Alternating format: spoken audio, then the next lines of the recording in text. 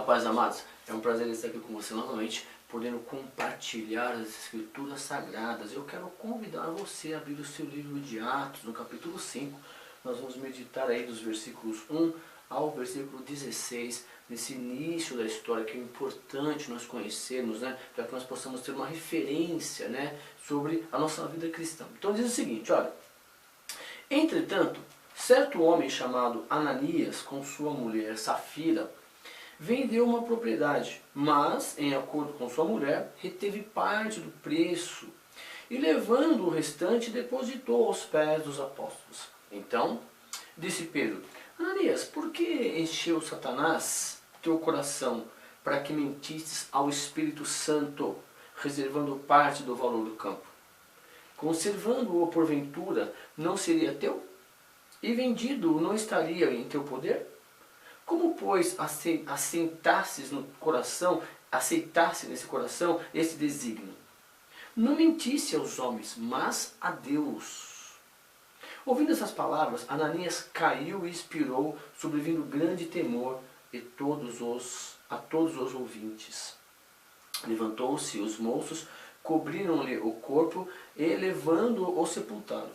Quase 3 horas depois, entrou a mulher de Ananias, não sabendo o que ocorrera. Então Pedro, dirigindo-se a ela, perguntou-lhe: Dize-me, vendesses, portanto, aquela terra? Ela respondeu: Sim, portanto. Tornou-lhe Pedro: Por que entrastes em acordo para tentar o Espírito Santo? Eis aí a porta aos pés dos que sepultaram o teu marido, e eles também te levarão. Naquele mesmo instante, caiu ela aos pés de Pedro e morreu. Entretanto, os moços acharam-na morta, e entrando os moços, acharam-a morta, e levando-a, sepultaram-na junto ao marido. E sobreveio grande temor a toda a igreja e a todos quanto ouviram a notícia desses acontecimentos. Muitos sinais e prodígios eram feitos entre o povo pelas mãos dos apóstolos, e costumavam todos reunir-se de comum acordo no pórtico de Salomão. Mas dos restantes ninguém ousava juntar-se a eles, porém o povo lhes tributava grande admiração. E crescia mais e mais a multidão dos crentes, tanto homens como mulheres, agregados ao Senhor, a ponto de levarem aos enfermos até pelas ruas e os colocarem sobre leitos e macas, para que, ao passar Pedro, ao menos a sua sombra se projetasse em alguns deles. Afluía também muita gente das cidades vizinhas a Jerusalém, levando doentes e atormentados de espíritos imundos, e todos eram curados. Aleluia! À luz desse texto, é importante que você entenda aqui, o que nós venhamos a entender, que aqui no início da igreja tem que voltar um pouco no tempo, sem essa modernidade, sem essa tecnologia, para que você entenda ali que quando Cristo sobe aos céus, ele deixa nas mãos aqui daqueles 12 homens, 11, né, que agora nós vimos que é o 12 agora, que é o Matias, a responsabilidade de estruturar a desejada igreja de Cristo aqui na terra.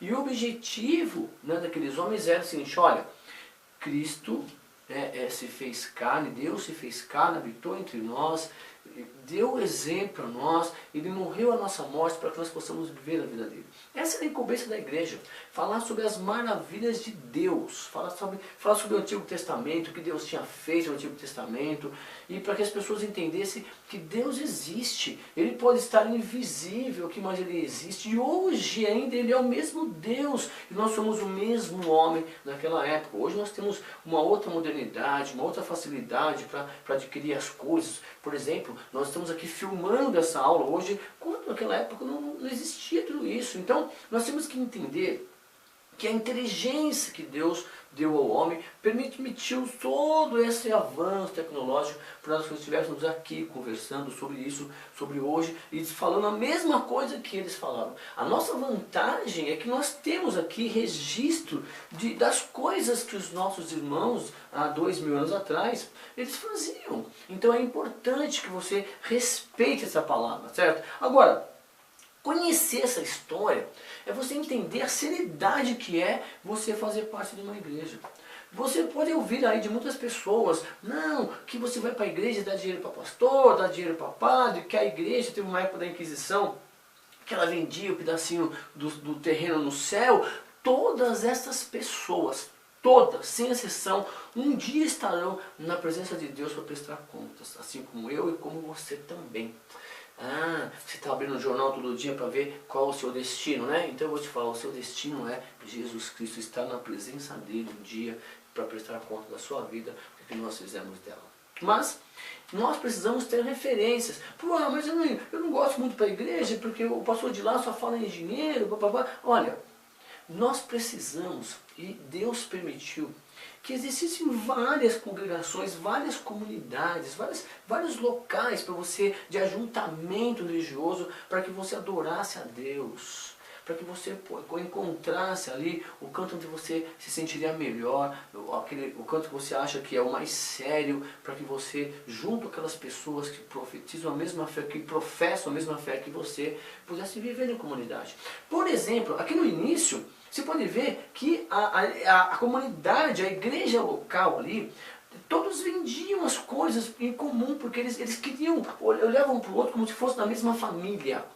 E a Bíblia diz aqui, que nós vimos no finalzinho do capítulo 4, que as pessoas vendiam as coisas, né? E faziam questão de ali na comunidade onde eles viviam em Jerusalém, não faltasse nada para quem estivesse presente. Então eles tinham tudo em comum. Essa era a tônica aí do assunto aqui. Agora, o que acontece é o seguinte: muitos de nós, nós, gente falando nós, eu, você, nós, muitas pessoas, né?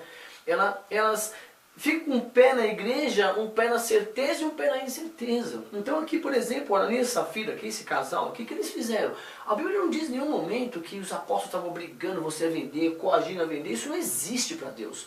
Eu quero que você entenda que em nenhum local da Bíblia que Deus obriga você a vender as coisas para que Ele te dê algo de troca. Não é esse o sentimento de Deus. O ideal é você ter a consciência de que você veio sem nada ao mundo. E que Deus está permitindo que você tenha todas essas coisas que você está adquirindo. E você então tem que ter o quê? Um coração grato a Deus. E ao reconhecer isso, e ao fazer parte de uma comunidade onde as pessoas professam da mesma fé, que tem o mesmo coração, a mesma intenção, aí é necessário que você mantenha aquele local com umas certas sofisticações, modernidades, conforto, para que você atenda as pessoas necessitadas. É necessário então que você tome conta das viúvas, né? das pessoas que estão desempregadas, porque é necessário pensar como família. E para isso tem que ter alguém ali com o coração nas mãos de Deus, com o altar de Deus sendo o coração dessa pessoa, para que Deus toque o coração dela, para que ela dirija com seriedade. Agora, você não pode pensar nisto. Se você contribuir numa igreja, não interessa o valor, o que a sua mão direita fizer, a sua mão esquerda não veja. Porque se você ficar aí só estando em dúvida, o cara vai roubar meu dinheiro, não é esse o pensamento. Coloque todas as suas riquezas na mão de Deus, deixa Deus administrar, tá legal? Agora, procure um lugar sério, onde você realmente veja o fruto aí de todo esse trabalho. Agora, o que aconteceu aqui? Um casal, eles venderam lá o que eles tinham lá. O que eles fizeram então? Eles esconderam uma parte, não sabemos qual o motivo, toda essa pressão, vocês queriam um destaque na igreja, porque assim, uma coisa, e você tem que prestar muita atenção, por exemplo, você que tem aí envelope de dízimo, tudo, se você coloca lá um valor muito alto lá, o homem pode querer tratar você melhor do que os outros lá, então assim, particularmente é interessante que você não coloque o valor do seu dízimo lá, porque é algo entre você e Deus para você colocar lá, porque senão você pode ver, pode acontecer, como aqui, ó, de criar no coração daquelas pessoas, bom, eu vou dar um valor alto, vou registrar, foi eu que estou dando aqui, ó, tá vendo, pessoal? Para que elas queiram um tratamento melhor. E o Pedro, a igreja, que já corta isso. Então esse casal foi lá, vendeu, escondeu uma parte, reteve uma parte e foi lá, tá vendo aqui, ó, tudo isso aqui é o que nós vendemos, quer dizer, já entrou com aquele sentimento de mentira na igreja. E a seriedade da igreja não permite que lá dentro tem esse espírito aí de mentira, nenhum outro espírito. E aí é que está a dificuldade, porque onde tem um homem tem lá as coisas erradas, porque aí tem inveja, aí uma irmã olha para outra, vê a roupa, aí começa um monte de coisa que mais para frente o apóstolo Paulo vai orientar as pessoas em relação a essas coisinhas que acontecem na igreja. Aqui não tinha tempo para muita conversa não, estava no início da igreja, aquele início lá do evangelho, a igreja crescendo, então assim, o Espírito Santo já acabou com aquilo ali. Imagine se fosse hoje isso.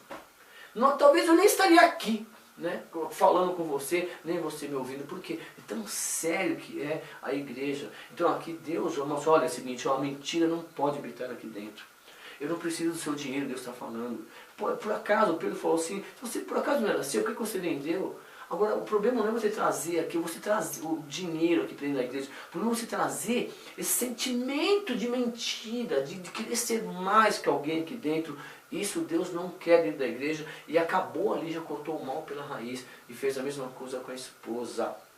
Observe aqui que você, mesmo sendo obrigado a fazer alguma coisa junto com seu cônjuge ou alguém se obrigou, na hora aqui a pessoa teve a oportunidade de realmente te falar a verdade. Então Pedro, quando a mulher volta aqui, depois de 3 horas, a Bíblia diz que o marido tinha morrido, ela não sabia, Pedro perguntou, você vendeu por tanto? Ela teve a chance de falar assim, não, nós mentimos, nós vendemos por tanto, agora peço perdão. Ela teve a chance. O problema é que você tem que entender que Deus é misericordioso. A misericórdia de Deus é o motivo, é a razão de nós estarmos vivos.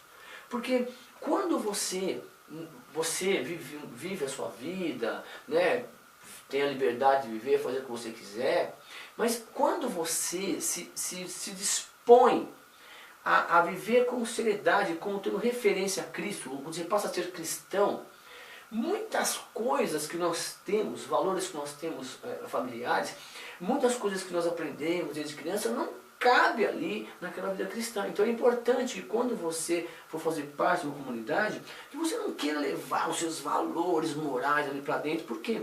Porque a peneira é o Espírito Santo de Deus. O Espírito Santo de Deus é que vai começar a mexer no seu coração. Você vai ter como referência a Cristo. Ou isso eu faço isso, eu não posso fazer mais. Olha, não convém que eu faça isso. E aí você vai entender, tendo como padrão Jesus Cristo, o que é certo, o que é errado. Não, muitas vezes como padrão o seu professor, o seu pai, sua mãe. Seria muito interessante que nós fôssemos referências para você. E eu quero ser referência sim. Agora, é importante que você entenda, que você lê as Escrituras para que o Espírito Santo aí arrume o seu coração. Combinado? Agora, morreu ali, acabou com essa conversa ali, e isso foi necessário no início da igreja para as pessoas entenderem, olha, que nós queremos aqui seriedade. O nosso objetivo aqui é falar sobre as maravilhas de Deus. E observe no versículo 12 ao 16, muitos sinais e prodígios eram feitos entre o povo pelas mãos dos apóstolos. Quer dizer o seguinte, olha, Jesus falou lá em João 14, quem crê em mim fará as obras que eu faço e fará ainda maiores. Quer dizer, o Espírito Santo que habitava em Jesus habitaria em você, habita em mim, para que nós possamos aí dar sequência na obra de Deus aqui na terra. Agora, os apóstolos, eles curavam lá pelas mãos dos apóstolos, está escrito aqui. E é interessante que as pessoas viam de todo lugar lá, aquelas maratonas, como você vê muito hoje aí, né? As pessoas indo lá em encontros, né? E onde Deus opera milagres. Isso é verdade? Isso é verdade, existe. Em nenhum lugar na Bíblia está dizendo que Deus cessou de operar milagres. Agora, nós não queremos, não podemos, na verdade nós gostaríamos que não existisse nenhuma enfermidade. Eu gostaria que todo mundo fosse sarado, né? Que praticasse esporte, boa alimentação, mas não sabemos que isso acontece. Então, quando nós, hoje, por exemplo, estou com quase 50 anos, hoje então, por exemplo, se eu ficar doente, hoje acontecer alguma coisa, nós não sabemos o que aconteceu muitos anos atrás, que foi criando aquela coisa de dentro. Por isso que é interessante aí os exames preventivos, para você ver se está tudo em ordem aí, quando vai chegar na idade, certo? Então, você que é jovem, alimente-se corretamente, não use drogas, larga essa porcaria de cigarro, de bebida, viva com consciência, não ingira nada que tire os seus pés do chão, que faça você perder aí o raciocínio, o reflexo. Então assim, procure viver uma vida sadia, deixa Deus aí alimentar o seu coração para que você possa compreender melhor as coisas sadias. E outra coisa também, nem tudo que os adultos falam para você é verdade, nem tudo que... São coisas de adultos, viva a sua idade, viva aí o seu dia a dia, cresça na presença de Deus e seja um adulto melhor. Agora, qual é a referência?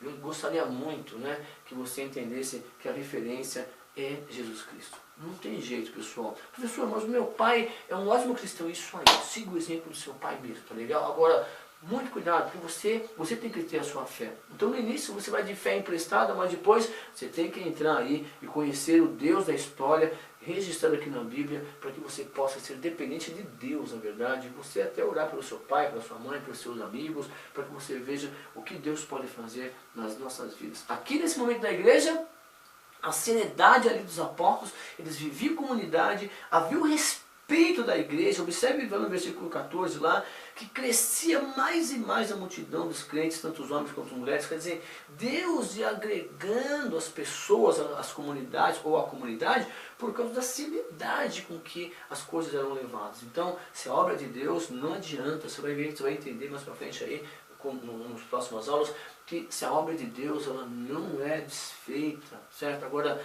mas o coração das pessoas, quem conhece é o Espírito Santo de Deus. Tanto que o Pedro fala, olha, lá no versículo, você não mentisse aos homens, porque você pode falar o que você quiser, porque Deus conhece o coração, você mentiu a Deus. O Espírito Santo de Deus aqui, que habita em nós aqui, ele está direcionando. E isso é importante que você entenda.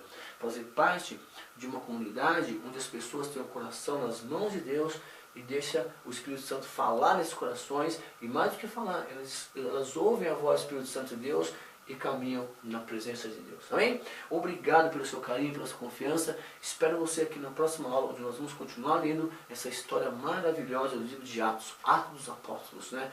O que os apóstolos fizeram quando Jesus aí subiu aos céus e deixou a incumbência da igreja nas mãos deles, de cuidar da igreja. E esse é o nosso exemplo que nós temos que seguir. Amém? Um beijo para você e até a próxima aula. Tchau!